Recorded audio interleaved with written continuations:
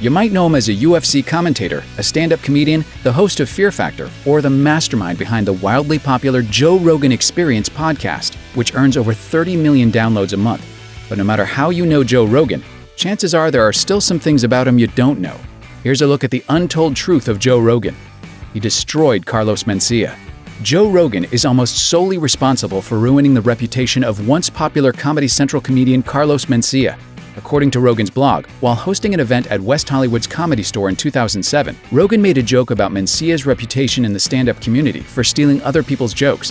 Mencia happened to be in the audience and took exception, leading to a confrontation live on stage. You are a good performer. You do very well with other people's I do well with When the dust settled, Mencia's image was in tatters, and his career hasn't been the same since.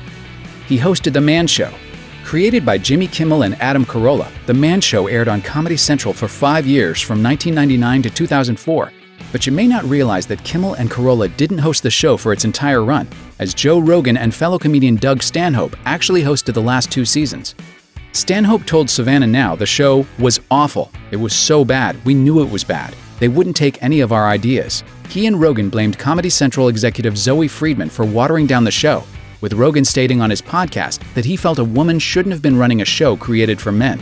So I look at them and I go, told you. I know it's funny. Yeah. It might not be funny to you, but you don't have a dick. Considering the show still featured segments where contestants tried not to get aroused on stage, it's probably just as well we weren't subjected to their uncensored ideas. He fought a contestant on Fear Factor. During an episode of Fear Factor featuring other reality show celebrities, Joe Rogan nearly got in a fistfight with Amazing Race tag team couple Victoria and Jonathan. It happened after Victoria took exception to former Survivor contestant Johnny Fairplay and just straight up punched him. Rogan jumped in to prevent further violence, leading Victoria's husband Jonathan to confront Rogan. It did not end well for Jonathan. And then all of a sudden they start going at it, and I was like, all right, I gotta break this up because Joe's gonna kill him. When The Miz is the voice of reason, you know you've done something wrong. He almost fought Wesley Snipes. Rogan's fighting credentials are legit. According to Men's Fitness, he's trained in Muay Thai for over 10 years, has a black belt in Brazilian Jiu-Jitsu, and he won 4 Massachusetts Taekwondo championships. So you don't want to mess with him, something Wesley Snipes almost learned the hard way. Yes, it's true. When actor Wesley Snipes got into trouble with the IRS, he looked to make some quick cash with a stunt UFC fight. The UFC approached Rogan, who was all about it because he was sure he couldn't lose, saying, I'm gonna get a hold of him and I'm gonna squeeze the shit out of him. And they're gonna give me a lot of money and he's probably not even gonna get hurt. That's what I thought. Unfortunately, Snipes pulled out of the fight at the last minute after Rogan had been training for 5 months. Wise choice. He loves drugs. Joe Rogan loves weed, and he is not shy about it.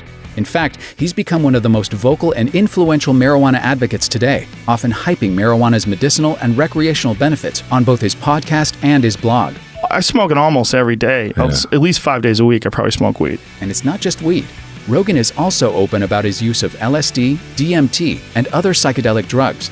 Not only does he drop acid recreationally and invites guests such as ethnopharmacologist Dennis McKenna onto his podcast to discuss so-called mind-expanding drugs, Rogan once even recorded an episode of his podcast while on acid.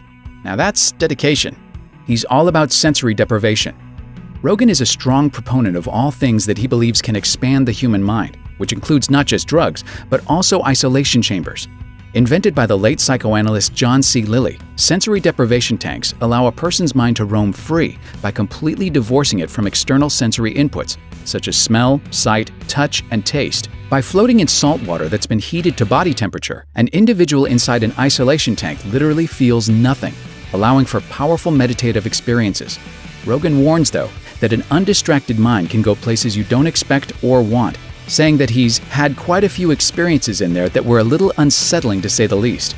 Still, he finds that the uncomfortable experiences that come with feeling completely alone are the ones that might have helped him grow the most.